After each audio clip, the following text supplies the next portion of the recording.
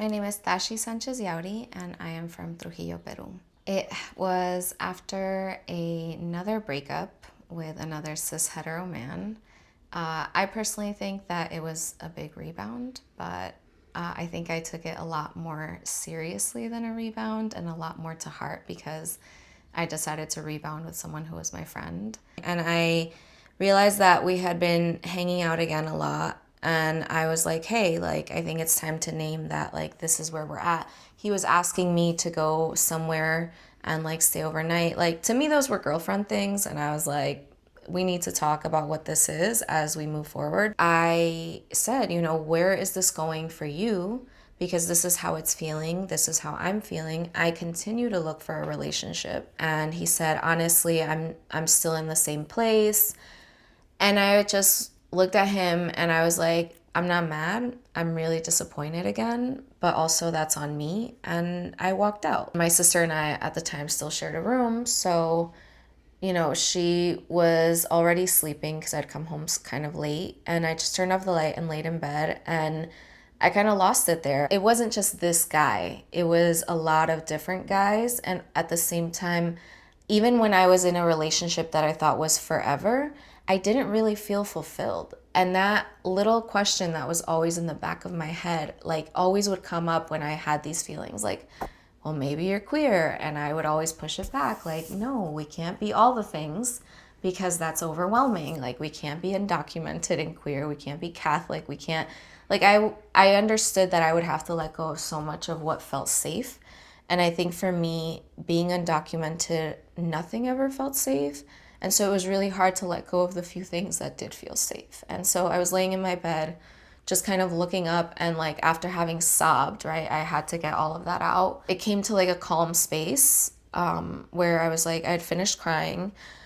And I was kind of just trying to breathe because even though I had cried it all out, something still felt off. And that was when like the thought popped up in my head, and instead of pushing it back, I said it out loud. I kind of whispered like, maybe I'm queer. So I texted my best friend, her name is Daniela. I texted her literally that night, like literally after I'd finished crying. At this point, it was probably like 1 a.m, 2 a.m, being like, hey, do you think I'm cute enough to date like women? The next day was when she responded, like the next morning, when she was like, Tashi, don't ask me stupid questions. You're cute enough and you can date whoever you want. Like you can do that. And so getting that validation from her, felt like, okay, I can move forward. Like, I can do this. At the time, I was already on Tinder and Bumble and God knows what else. But I was on dating apps, and I was like, well, it's as easy as just switching my preferences, technically. And so I didn't go like on a bunch of million dates, but I went on a few. And I think a lot of times I got struck with, a lot of concern about my undocumentation. Like, some people were like, I don't know if I want to move into that. So a couple of years ago, I swiped right on someone who I thought was way out of my league. At that point, I had come pretty far into my queerness where I understood that I wasn't bisexual. I was queer. Like, I just wanted to date queer people. I did notice that they named that they were non-binary. And also, it wasn't like I specifically chose them because of that. They just were really cute and they had really cool things on their bio. And the next day I opened up Tinder again, and the person had swiped right on me. Then we started talking on Tinder. I think we talked that whole day. And then the next day I didn't hear from them. And like a day later, they were like, hey, I'm really bad at checking this app. So here's my phone number. And they just dropped the digits. And I was like, now they've thrown it at me. And now it's like, if I don't text them, like, what happens, right?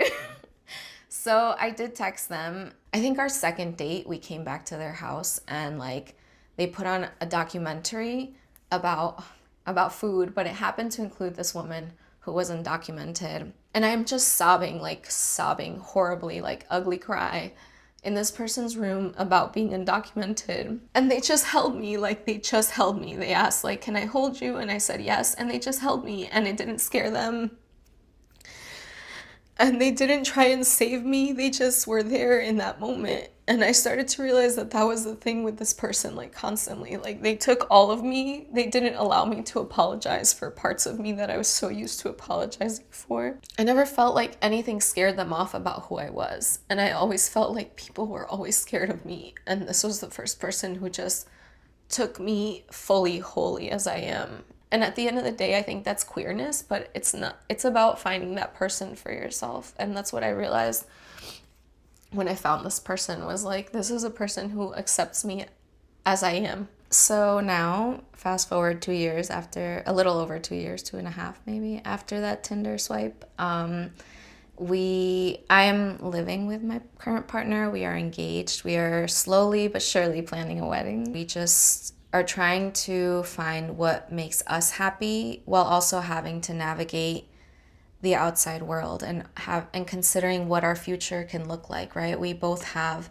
things that make it hard to think of our future, right? Being undocumented, being trans, being queer. I think often like the trope is, someone is straight and then they realize they're queer and then they come out. And that's like the story. And it's so much, everyone's story of figuring out that they're queer is different. It's not at the end of the day about the outside world. It's about like you, right? It's about how you feel. And it's always worth it if it's going to make you feel more you.